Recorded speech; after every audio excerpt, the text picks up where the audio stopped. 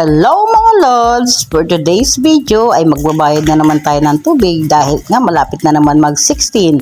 Baka maputulan tayo. Kaya ayan mga lods, magbabayad ako ng tubig hanggang maaga pa. Kaya nasumabay na rin ako sa jowa ko para magbayad na rin ako. Kaya ayan, dyan si Kuya Michael at si Ate Glo. Kaya sabi ko, kaway ka naman dyan. Shoutout sa'yo, Ate Glo at Kuya Michael. At may kaway pa nga dyan si Ate Glo, si Kuya Michael, dito naman nakatayo. At yan, habang sumasabay ako sa jowa ko, sabi ko nga sa kanya, sasabay na ako kasi nga mahaba na yung pila pag alas 8 na. At nadaanan ko nga dyan si Ate Sarah at Minlin. Kaya sabi ko, shoutout sa inyong dalawa. Hi, magandang umaga. At niloloko ko nga po sila dyan, kaya nagtatawanan sila. Sabi ko, ang aga-aga nyo namang magmarites dyan. Magsi 7:30 pa nga lang ng umaga dyan. Kaya sumabay na rin ako sa asawa ko kasi nga pagtanghali na ako, alas 8, siguradong napakahaba na ng pila. Kaya ayan, sa kanya nila ako sumabay. Sabi ko pa, sasabay ako sa iyo para may kasabay ako. Doon ako dadaan sa kalsada kasi ayoko duman sa shortcut kung ako lang mag-isa. Bali, tatlo silang papasok dyan, si Kuya Jimmy at saka si Teng, yung anak ni Kuya Jimmy. Tatlo silang papasok ngayon. 7:30 pa lang, alis na sila kasi nga alas 8 yung time nila at magbabike pa nga sila yun. Syempre, kailangan mas maaga sila kaysa sa boss nila. Naalala ko nga po nung wala pang trabaho yung asawa ko, halos 2 buwan siyang walang trabaho, tambay. Kaya yung laman ng tindahan ko naubos. Diyos ko, mabuti na lang. Lumapit kami kay Kapitan Ronald Suico at mabilis naman silang nakahanap ng trabaho. Kaya ang kapitan talaga namin dito madaling maasahan. Kaya maganda na rin na siya ang nanalo. Yan mga lods, kung nakikita nyo, andyan na si Kuya Jimmy, paliko na sila, papunta na yung way na yan sa trabaho nila. Pero sabi ng asawa ko, mauna na kayo kasi sasamahan ko pa si Mrs. magbayad ng tubig. Kaya ayan, sabi ko, sige mauna na kayo, dito na kami dadaan. Kaya tumawid na agad si Kuya Jimmy sa kabila. Habang naglalakad kami ng asawa ko, ang sabi niya, sasamahan niya nga daw muna ako magbayad ng tubig. O diba, sinong nakaka-relate yan? Ang laki-laki ng katawan ng asawa mo, pero sasamahan mo pa. Diyos ko, kayang-kaya ko yung sarili ko pa, hindi mo na ako kailangan samahan pa. Yan talaga yung jowa ko na yan, napaka-supportive pagdating sa akin. Pero napakasiloso rin. Ako, akala naman niya may manliligaw pa sa akin. Tsura ko naman to. At ayan, kung nakikita nyo mga lods, andyan na yung Alphamart. Ayan na ang Esperanza, papasok na yun ng Esperanza sa kaliwa. Kaya sabi ko pa, mauna ka na kasi nga may pasok ka pa, baka tanghaliin ka.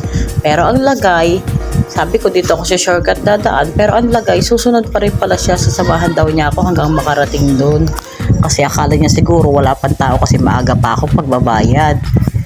Kaya ayan, lumapit na rin siya sa akin. Mamaya ka ako, tanghaliin ka, sasabay ka pa sa akin. Kaya ayan, habang naglalakad ako ay nasa likuran ko na nga siya mga lods. Kaya sabi ko, sige, sumunod ka. Para kang si Ayuda, panay ang buntot sa akin. Pila na, diba? Aga pa yan.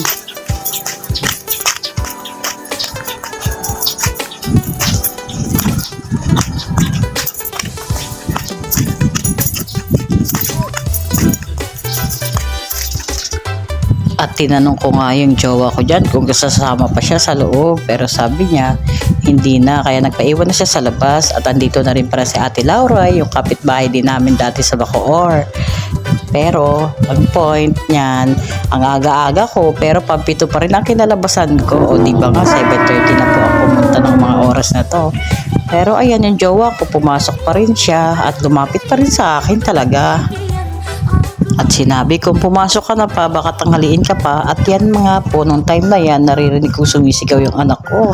Yung pala, sumunod sa akin. At ayan, nandito na rin siya. Malapit lang naman kasi sa amin to, kaya sandali lang kung lakarin.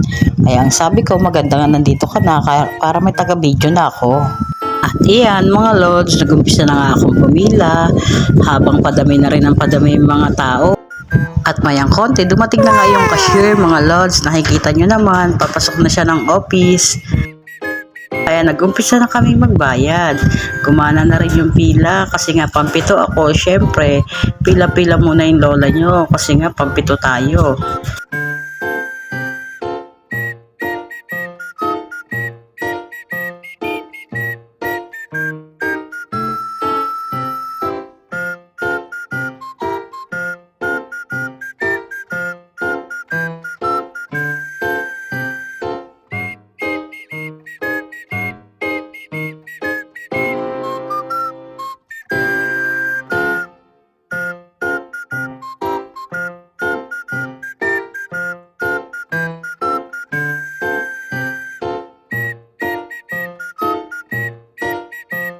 At ayan mga idol, malapit na nga ako sa pila kasi si Ate Laura na ang nagbabayad. Nakasunod kasi ako sa kanya. At mabuti naman, madali rin ako matatapos kasi nga katulad ng sabi ko, Lunes ngayon, may estudyante na naman tayo na dapat gambanan. Kailangan pa magsaing, magluto ng ulam para makakain siya bago pumasok.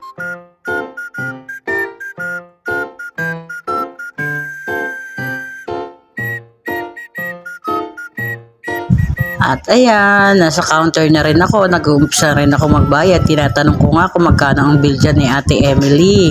Pero ang sabi niya, 10 piso nga daw po at baka daw sa May daw, magiging 175 na daw ang minimum ng mga walang bill.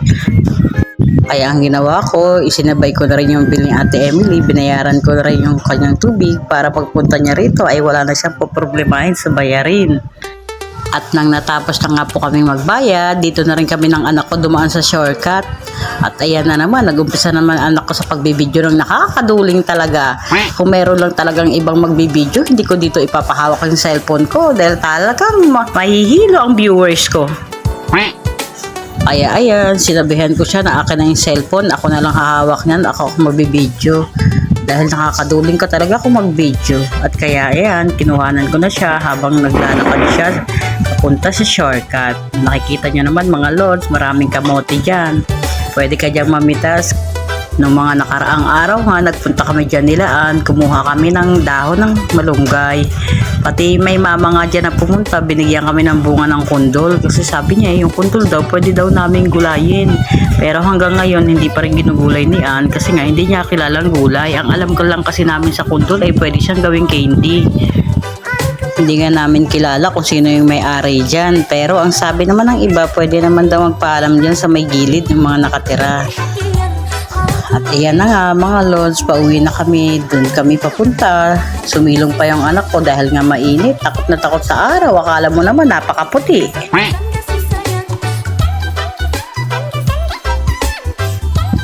Grabe naman po kasi, alas 8 pa lang ng umaga pero grabe na yung tirik ng araw. Talagang nakakasunog, lalo na pag sobrang init, mga alas 11 ng tanghali. Sunog ka talaga pag naglakad ka na wala kang pandong. Lalo na mga idol, pag bagong ligo ka, tapos nagdakad-lakad ka na sobrang tirik ng araw, ang bilis mo lang umitim. Alibasa nga, deep well yung tubig dito sa amin, nakakaitim siya. Diyos ko, ang kulay namin, manumanang, syempre, kayo manggi, pag naarawan pa, ang labas na, baluga. Palibasa po, mataas na lugar yung Naik, kaya malapit sa araw. Kaya dito talaga, pag hindi ka nagkulong maghapon sa bahay mo, talagang magiging baluga ka rito. Ang sekreto ng iba, para hindi nilang sila umitim, ay pinapaligo nila yung mga minerals na ino-order nila. Imbes na inumin, ipapaligo na lang nila. Syempre, conscious sila sa mga balat nila, ayaw nilang mangitim. Ganon talaga mga lods kasi may mga tao talagang conscious sa balat nila, meron din naman walang pakialam sa kanilang mga balat. At ayan, balik tayo dito, naglalakad na nga kami pauwi. Habang yung anak ko ay pakending-kending, o diba, kala mo model. Konting kembot na lang at nasa dulo na kami. Nakakaasar naman kasi bakit ang bahay namin ay nasa dulong-dulo. Gano'n man lang letter A ako, napunta ako dito sa may Bukana. Palibasa, ang pagbigay ng sa bahay sa amin ay pabaliktad. Imbis na paharapan. Kasi yung iba, yung mga letter A nasa harapan. Pero okay na rin kasi tahimik yung iskinita namin. Parang sa amin nga lang ang tahimik ang lugar. Sa iba, napakaingay. At ayan, shoutout kay Ate Maylene, kagigising lang nila, pati yung asawa niya. Sabi nga niya, bakit ka siya binidyohan? At dumaan na rin kami kay Ate Nancy Martinez para bumili ng pansit canton para may almusal kami dahil nga ginutom kami. At iniwan ko na nga sa anak ko yung bayad. Sabi ko, mauuna na ako. Kaya ito, malapit na kami sa bahay. Hanggang ngayon, ando doon pa rin yung mag-asawa, si Kuya Michael, may kitsikahan. At pati na rin si Ate Glo, dito pa rin, nag-aayos pa rin ang kanyang mahal na mga halaman. Sa bagay, yan na ang libangan namin dito sa Naik. At iyan, kung nakikita nyo mga lods, sinasalubong na ako ni Tintin dahil nakita niya akong paparating na. At imbis na dalawa lang sila dating sumasalubong sa akin, ngayon 3 na sila. Wow! Ano na naman, nagwawala ka na naman? Oh, dito na aking baby.